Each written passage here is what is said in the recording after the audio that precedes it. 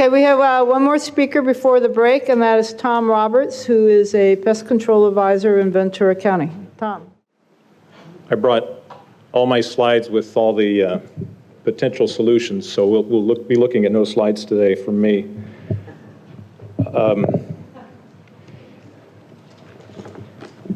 My topic is, are there things we can implement now? And on avocados, I wanted to add avocados to that, but a lot of this can be implemented on nursery trees too, and landscape situations. So from an avocado standpoint, what is the problem? And there's some discussion if this kills avocado trees, and if it does kill it, how long does it take to kill them?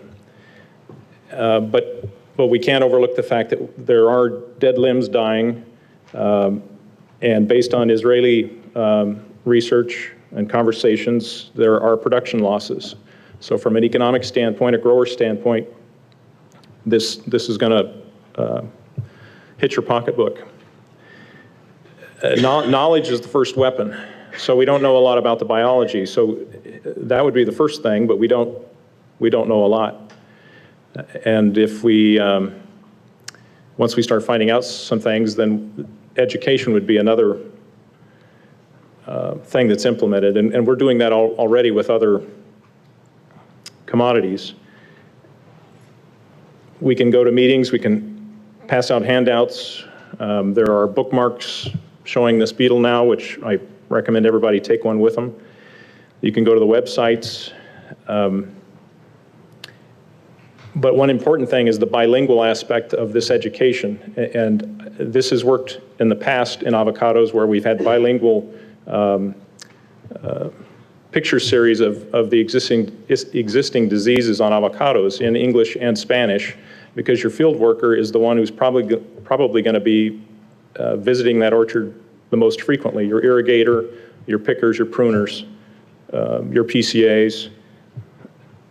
So having them in Spanish and being able to communicate that way with a picture is probably going to help more than anything at this point, so that they can say, hey, you know, I've got a hole in the tree and it's got volcanic sugar exuding from it, and you go to it and you try to determine what it is that's causing it. And you could also show, there were pictures shown of the difference between woodpecker holes and the beetle hole. And the woodpecker hole is extremely large. It doesn't usually bleed the sugar, as opposed to the beetle, which is, the beetle hole is a lot smaller and you usually have sugar with it.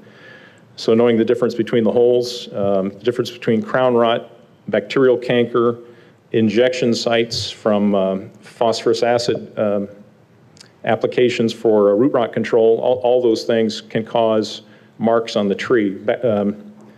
I mentioned bacterial canker. I'm thinking a black streak would be another one.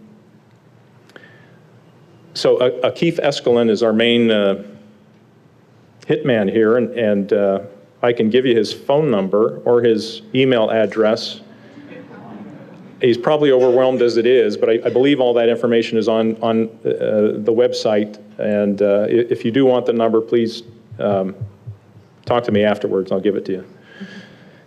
So field trips, I think, are also important.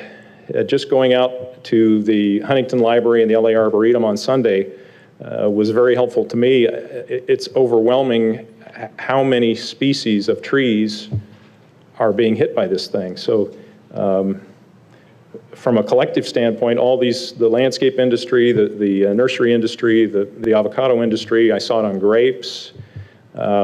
There could be potential for a lot of monies being contributed to fight this collectively. So surveying and monitoring would be another method that should prove successful.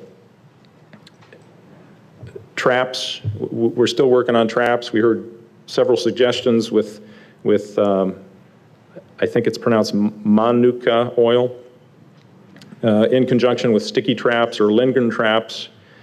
You could place double-sided sticky tape on infested limbs to monitor the emergence of adult beetles, because they do, a lot of them crawl around. I saw them crawling on the branches in the afternoon.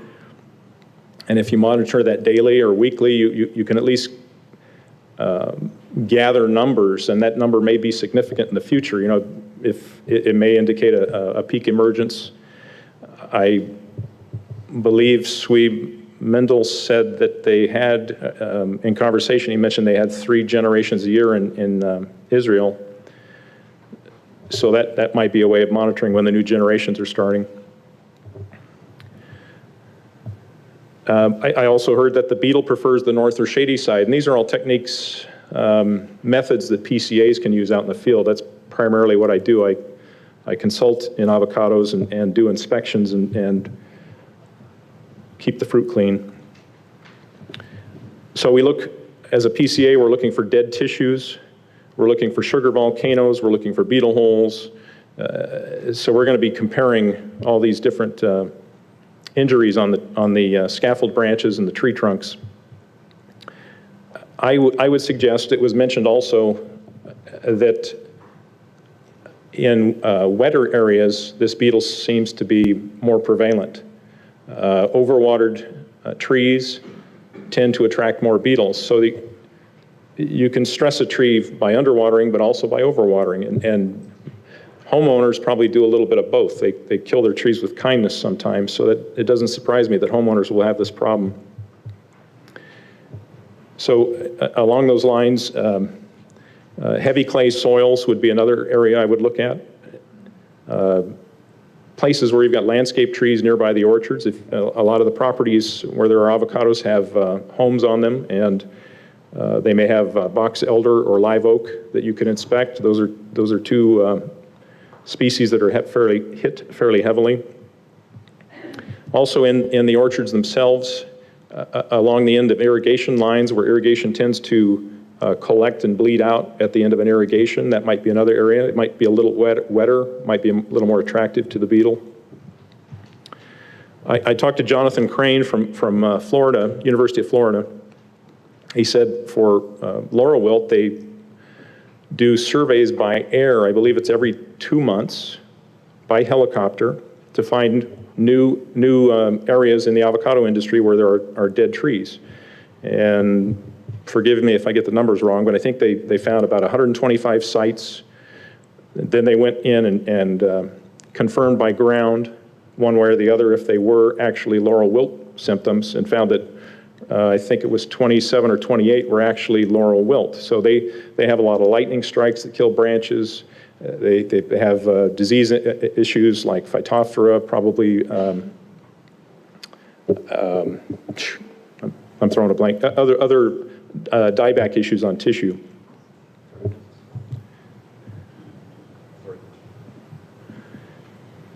So a survey by air might be feasible once, if and when this thing starts to spread rapidly.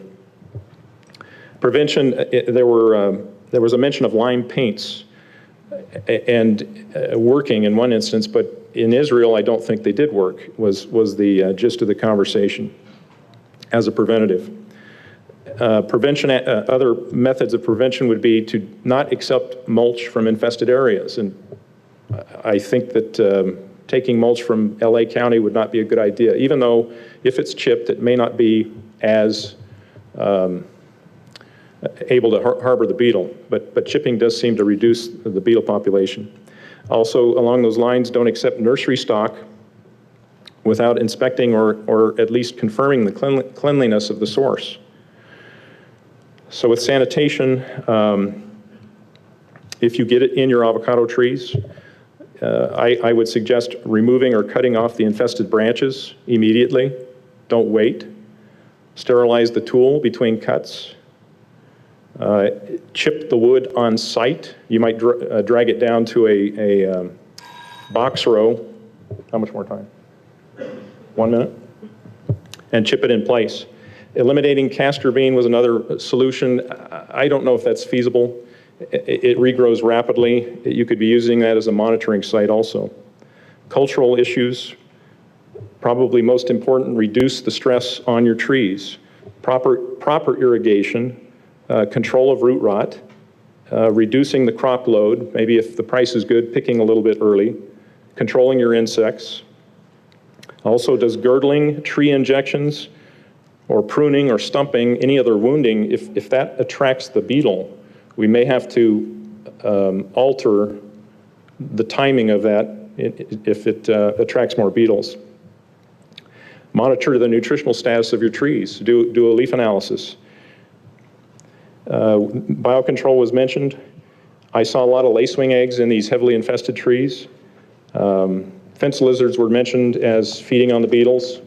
There was a mention of a Bovaria possibly being able to help. Last but not least, chemicals. We need to know how to apply them. In Florida, they're using flare root injections, injecting materials on the anchor roots of the avocado trees because they're seeing greater uptake into the trees.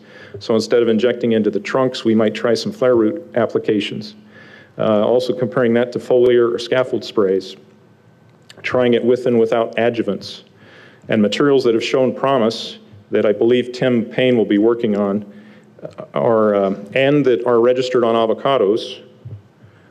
Bifenthrin, which is known as Brigade, that's a non-bearing application. Spirotetramat or Movento, imidacloprid or Admire, also pyrethroid, Danitol, and old school stuff, malathion. All of these potentially could help in the control of beetles. And when I'm talking about treating, I'm treating mainly from a trunk or scaffold branch standpoint. So we're not doing complete foliars with the exception of Movento, which has been shown to systemically translocate up and down in the tissue. So I'm up, good. Thank you, Tom.